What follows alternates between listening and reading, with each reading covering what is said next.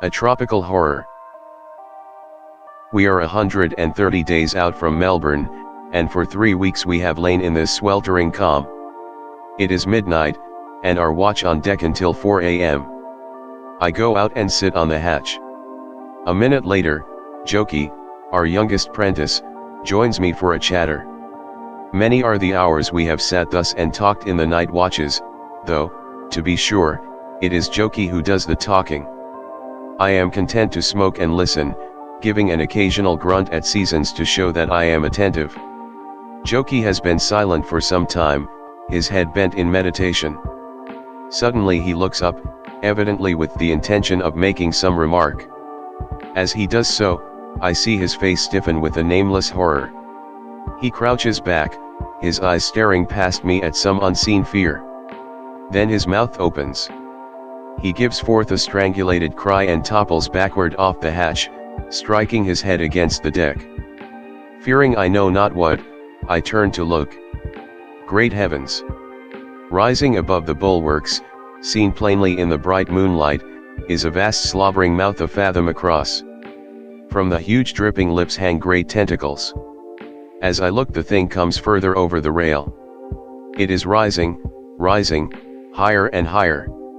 There are no eyes visible, only that fearful slobbering mouth set on the tremendous trunk-like neck, which, even as I watch, is curling inboard with the stealthy seal-righty of an enormous eel. Over it comes in vast heaving folds. Will it never end? The ship gives a slow, sullen roll to starboard as she feels the weight. Then the tail, a broad, flat-shaped mass, slips over the teak rail and falls with a loud slump onto the deck. For a few seconds the hideous creature lies heaped in writhing, slimy coils. Then, with quick, darting movements, the monstrous head travels along the deck. Close by the mainmast stand the harness casks, and alongside of these a freshly opened cask of salt beef with the top loosely replaced. The smell of the meat seems to attract the monster, and I can hear it sniffing with a vast intra-wing breath.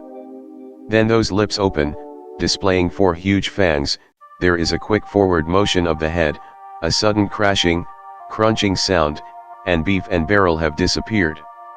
The noise brings one of the ordinary seamen out of the focle. Coming into the night, he can see nothing for a moment. Then, as he gets further aft, he sees, and with horrified cries rushes forward. Too late. From the mouth of the thing there flashes forth a long, broad blade of glistening white, set with fierce teeth. I avert my eyes, but cannot shut out the sickening glut that follows. The man on the lookout, attracted by the disturbance, has witnessed the tragedy, and flies for refuge into the focle, flinging to the heavy iron door after him. The carpenter and sailmaker come running out from the half-deck in their drawers. Seeing the awful thing, they rush aft to the cabin with shouts of fear. The second mate, after one glance over the break of the poop, runs down the companionway with the helmsman after him. I can hear them barring the scuttle, and abruptly I realize that I am on the main deck alone. So far I have forgotten my own danger. The past few minutes seem like a portion of an awful dream. Now, however, I comprehend my position and, shaking off the horror that has held me, turn to seek safety. As I do so my eyes fall upon Jokey, lying huddled and senseless with fright where he has fallen. I cannot leave him there. Close by stands the empty half-deck, a little steel-built house with iron doors. The lee one is hooked open. Once inside I am safe. Up to the present the thing has seemed to be unconscious of my presence. Now, however, the huge barrel-like head sways in my direction, then comes a muffled bellow, and the great tongue flickers in and out as the brute turns and swirls aft to meet me. I know there is not a moment to lose, and, picking up the helpless lad, I make a run for the open door. It is only distant a few yards, but that awful shape is coming down the deck to me in great wreathing coils. I reach the house and tumble in with my burden, then out on deck again to unhook and close the door. Even as I do so something white curls round the end of the house. With a bound I am inside and the door is shut and bolted. Through the thick glass of the ports I see the thing sweep round the house, in vain search for me. Jokey has not moved yet, so, kneeling down, I loosen his shirt collar and sprinkle some water from the breaker over his face. While I am doing this I hear Morgan shout something, then comes a great shriek of terror, and again that sickening glut. Glut. Jokey stirs uneasily, rubs his eyes, and sits up suddenly. Was that Morgan shouting? He breaks off with a cry. Where are we? I have had such awful dreams. At this instant there is a sound of running footsteps on the deck and I hear Morgan's voice at the door. Tom, open. He stops abruptly and gives an awful cry of despair. Then I hear him rush forward. Through the porthole, I see him spring into the fore-rigging and scramble madly aloft. Something steals up after him. It shows white in the moonlight. It wraps itself around his right ankle. Morgan stops dead, plucks out his sheath knife, and hacks fiercely at the fiendish thing. It lets go, and in a second he is over the top and running for dear life up the T-gallant rigging. A time of quietness follows, and presently I see that the day is breaking.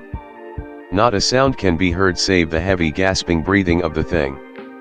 As the sun rises higher the creature stretches itself out along the deck and seems to enjoy the warmth.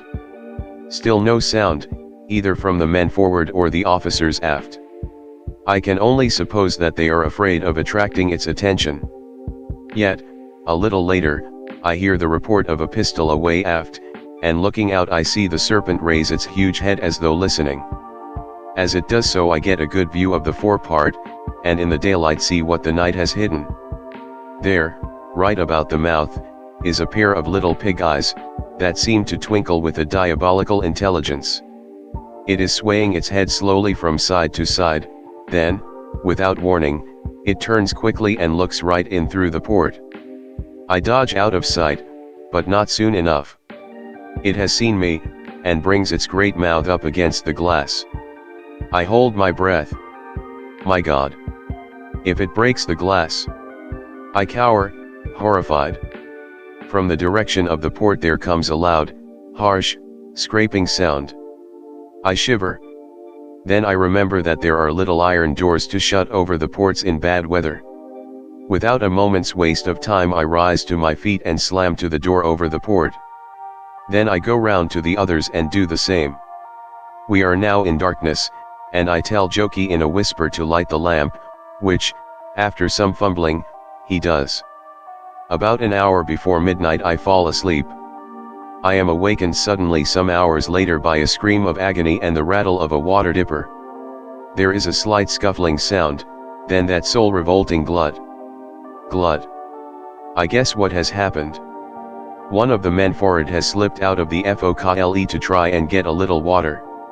Evidently he has trusted to the darkness to hide his movements. Poor beggar. He has paid for his attempt with his life.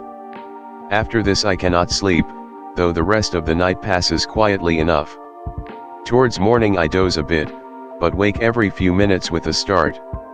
Jokey is sleeping peacefully, indeed, he seems worn out with the terrible strain of the past 24 hours. About 8 a.m. I call him, and we make a light breakfast off the dry ship's biscuit and water. Of the latter happily we have a good supply. Jokey seems more himself, and starts to talk a little, possibly somewhat louder than is safe, for, as he chatters on, wondering how it will end, there comes a tremendous blow against the side of the house, making it ring again. After this Jokey is very silent. As we sit there I cannot but wonder what all the rest are doing, and how the poor beggars for'ard are faring, cooped up without water, as the tragedy of the night has proved. Towards noon, I hear a loud bang, followed by a terrific bellowing. Then comes a great smashing of woodwork, and the cries of men in pain. Vainly I ask myself what has happened. I begin to reason. By the sound of the report it was evidently something much heavier than a rifle or pistol, and judging from the mad roaring of the thing, the shot must have done some execution. On thinking it over further, I become convinced that, by some means, those aft have got hold of the small signal cannon we carry, and though I know that some have been hurt, perhaps killed, yet a feeling of exultation seizes me as I listen to the roars of the thing, and realize that it is badly wounded, perhaps mortally. After a while, however, the bellowing dies away, and only an occasional roar, denoting more of anger than aught else, is heard. Presently I become aware, by the ship's contoying over to starboard, that the creature has gone over to that side, and a great hope springs up within me that possibly it has had enough of us and is going over the rail into the sea. For a time all is silent and my hope grows stronger. I lean across and nudge Jokey, who is sleeping with his head on the table. He starts up sharply with a loud cry. "Hush!" I whisper hoarsely. "I'm not certain, but I do believe it's gone." Jokey's face brightens wonderfully, and he questions me eagerly. We wait another hour or so, with hope ever rising. Our confidence is returning fast. Not a sound can we hear, not even the breathing of the beast. I get out some biscuits, and Jokey, after rummaging in the locker, produces a small piece of pork and a bottle of ship's vinegar. We fall to with a relish. After our long abstinence from food, the meal acts on us like wine, and what must Jokey do but insist on opening the door, to make sure the thing has gone. This I will not allow, telling him that at least it will be safer to open the iron port covers first and have a look out. Jokey argues, but I am immovable. He becomes excited. I believe the youngster is lightheaded. Then, as I turn to unscrew one of the after covers, Jokey makes a dash at the door. Before he can undo the bolts I have him, and after a short struggle lead him back to the table. Even as I endeavor to quieten him, there comes at the starboard door the door that Jokey has tried to open a sharp, loud sniff, sniff, followed immediately by a thunderous grunting howl, and a foul stench of putrid breath sweeps in under the door. A great trembling takes me, and were it not for the carpenter's tool chest I should fall. Jokey turns very white and is violently sick, after which he is seized by a hopeless fit of sobbing. Hour after hour passes, and, weary to death, I lie down on the chest upon which I have been sitting, and try to rest. It must be about 2:30 in the morning, after a somewhat longer doze, that I am suddenly awakened by a most tremendous uproar away forward, men's voices shrieking, cursing, praying, but in spite of the terror expressed, so weak and feeble, while in the midst, and at times broken off short with that hellishly suggestive glut. Glut, is the unearthly bellowing of the thing. Fear incarnate seizes me, and I can only fall on my knees and pray. Too well I know what is happening. Jokey has slept through it all, and I am thankful. Presently, under the door there steals a narrow ribbon of light, and I know that the day has broken on the second morning of our imprisonment. I let Jokey sleep on. I will let him have peace while he may. Time passes, but I take little notice. The thing is quiet, probably sleeping. About midday I eat a little biscuit and drink some of the water. Jokey still sleeps. It is best so. A sound breaks the stillness. The ship gives a slight heave, and I know that once more the thing is awake. Round the deck it moves, causing the ship to roll perceptibly. Once it goes forward I fancy to again explore the forecastle. Evidently it finds nothing, for it returns almost immediately. It pauses a moment at the house, then goes on further aft. Up aloft, somewhere in the forerigging, there rings out a peal of wild laughter, though sounding very faint and far away. The horror stops suddenly. I listen intently, but hear nothing save a sharp creaking beyond the after end of the house, as though a strain had come upon the rigging. A minute later I hear a cry aloft, followed almost instantly by a loud crash on deck that seems to shake the ship. I wait in anxious fear. What is happening? The minutes pass slowly. Then comes another frightened shout. It ceases suddenly. The suspense has become terrible, and I am no longer able to bear it. Very cautiously I open one of the after port covers, and peep out to see a fearful sight. There, with its tail upon the deck and its vast body curled round the mainmast, is the monster, its head above the topsail yard, and its great claw-armed tentacle waving in the air. It is the first proper sight that I have had of the thing. Good heavens! It must weigh 100 tons. Knowing that I shall have time, I open the port itself, then crane my head out and look up. There on the extreme end of the lower topsail yard I see one of the able seamen. Even down here I note the staring horror of his face. At this moment he sees me and gives a weak, hoarse cry for help. I can do nothing for him. As I look, the great tongue shoots out and licks him off the yard, much as might a dog a fly off the window pane. Higher still, but happily out of reach, are two more of the men. As far as I can judge, they are lashed to the mast above the royal yard. The thing attempts to reach them, but after a futile effort it ceases, and starts to slide down, coil on coil, to the deck.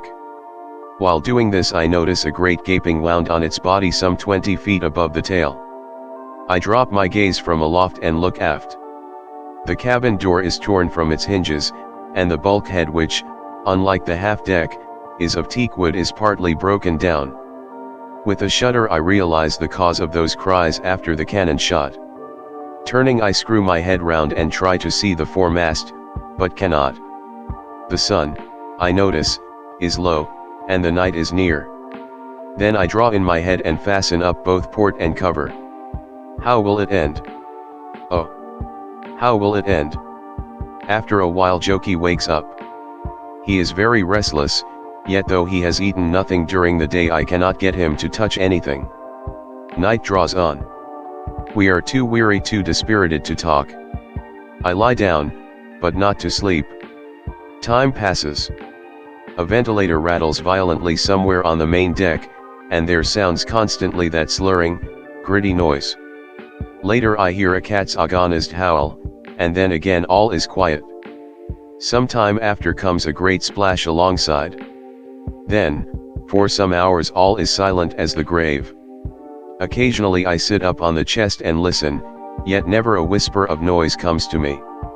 There is an absolute silence, even the monotonous creak of the gear has died away entirely, and at last a real hope is springing up within me. That splash, this silence, surely I am justified in hoping.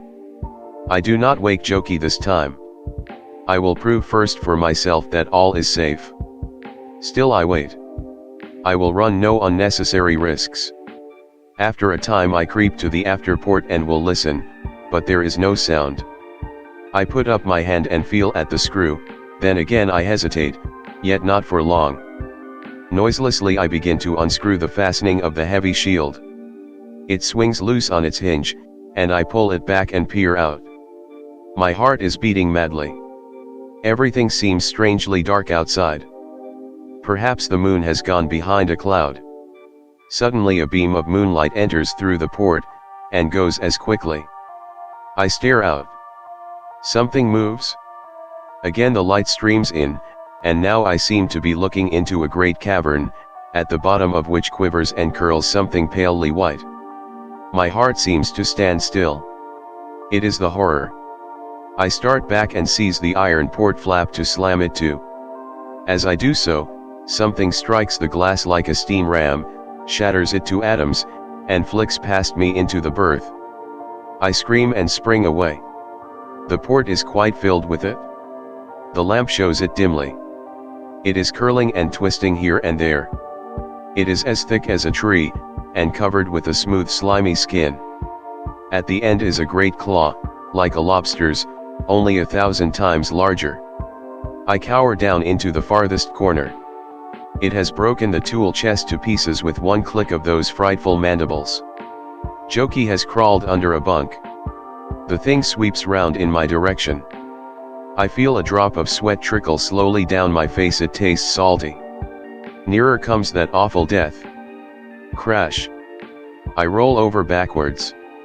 It has crushed the water breaker against which I leaned, and I am rolling in the water across the floor.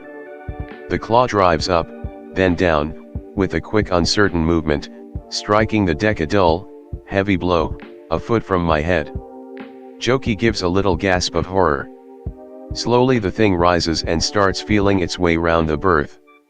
It plunges into a bunk and pulls out a bolster, nips it in half and drops it, then moves on. It is feeling along the deck. As it does so, it comes across a half of the bolster. It seems to toy with it, then picks it up and takes it out through the port. A wave of putrid air fills the berth.